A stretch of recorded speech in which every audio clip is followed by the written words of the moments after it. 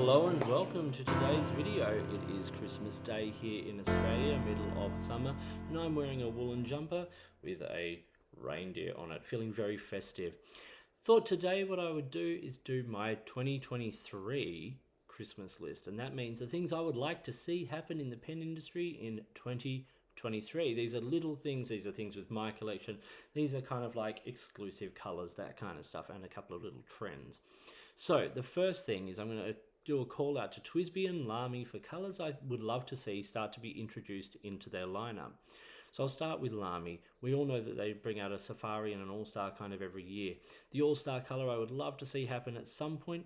Obviously, the 2023 colors are already set, and if you know, there's been rumors about things, but maybe for future years, a purple All-Star would be fabulous.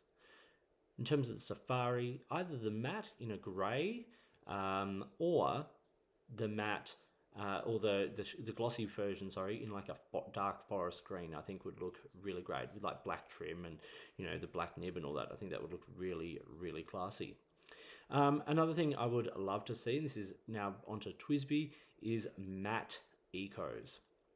Now, Lamy have used that matte material, and a bunch of like low-end Chinese pens have used it, including a couple of rip-offs of TWSBI, in fact. That matte kind of material would be awesome. And in that, a purple, dark purple, or a black, I think would look super awesome.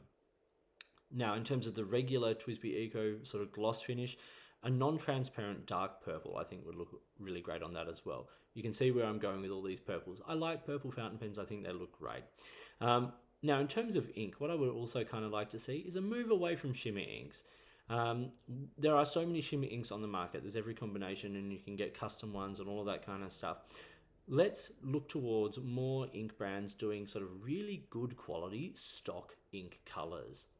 You know, all these exclusives are all like these multi-shading inks and everything. And, you know, it would be nice to see really good quality, boutique brands. And I mean boutique as in like brands that aren't Diamine, Schaefer, you know, Parker, those kinds of the big brands. Vinter, Troublemaker, you know, all these kinds of smaller brands doing really good quality stock standard inks with some water resistance perhaps, but just really sort of good solid colors, a really lovely blue black, good dark purples, good writing inks like blues, blacks, browns, reds, greens, those kinds of things, not just boutique-y, fancy, artsy inks. Like, let's get back to actually realizing that fountain pens are writing tools. For a lot of us, that is basically what they are, and that's how I use them.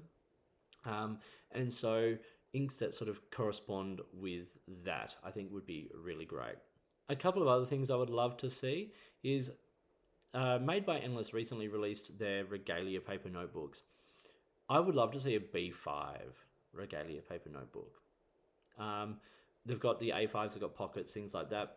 Let's see if we can get a B5. I think that would look absolutely great. The other thing I would love to see, and this is another paper thing, is a little bit more transparency from companies about Tomoe River.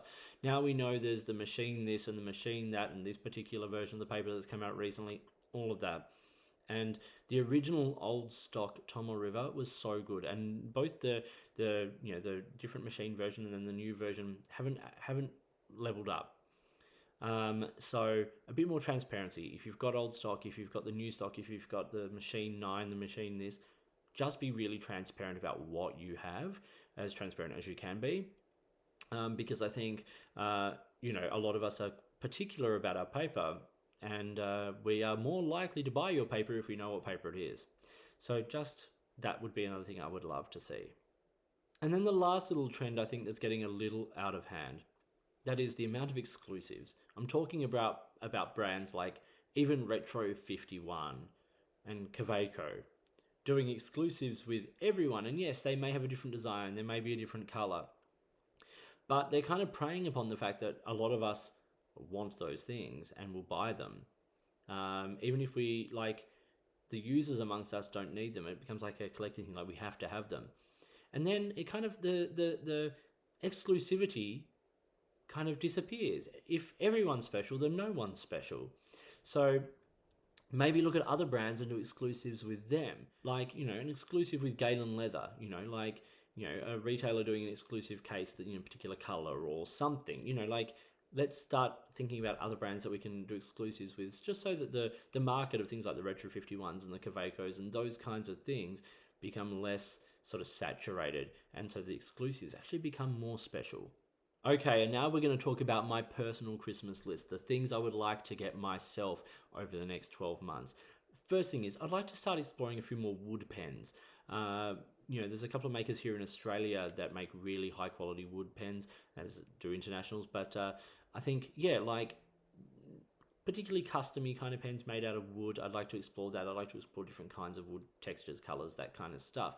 And following on from that, more Australian content. I'd love to review more products by Australian makers. I'd love to look at them, work with them, all of that kind of stuff. So I've been able to do a few this year, which has been amazing. Like, I'm loving the stuff I've been able to do with Platypus Pens and with Helen McLean and Robert Oster, of course, and a number of other, Australian makers. So I want to really sort of start to focus a bit more on that as well. A couple of pens I would love to review in this next 12 months are a Montblanc 149 and a Pelikan M1000 model. So these are pens that I have an M805, I have a Montblanc 146. I would love to review the next models up, but they're not pens that fit my collection. They're just a little bit too big for what I like. So I'm looking at sort of, if you've got one you could loan to me for a review, that would be great. But just talking with a few people about the possibility of reviewing one or both of those pens over the next 12 months. And then other things I'm on the hunt for, like a really great honey brown ink.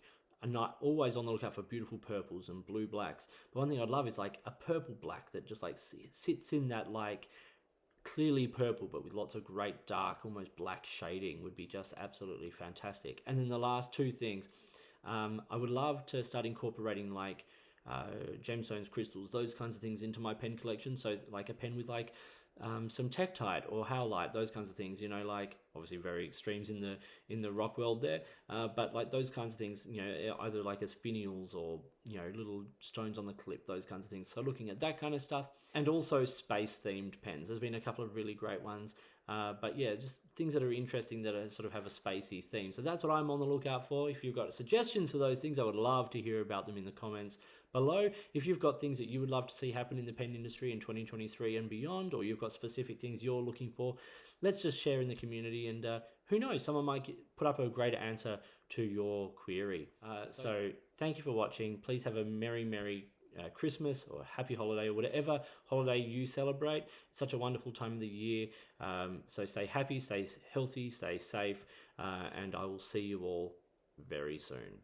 On the 12th day of Christmas, my true love sent to me 12 black-winged pencils, 11 empty notebooks, 10 Robert Osters, 9 inks of blue-black, 8 plastic Lamis, 7 Lamy horses, 6 Twisby equals, 5 gold nib pens, 4 crab converters, 3 travelers' notebooks, 2 purple gin house, and a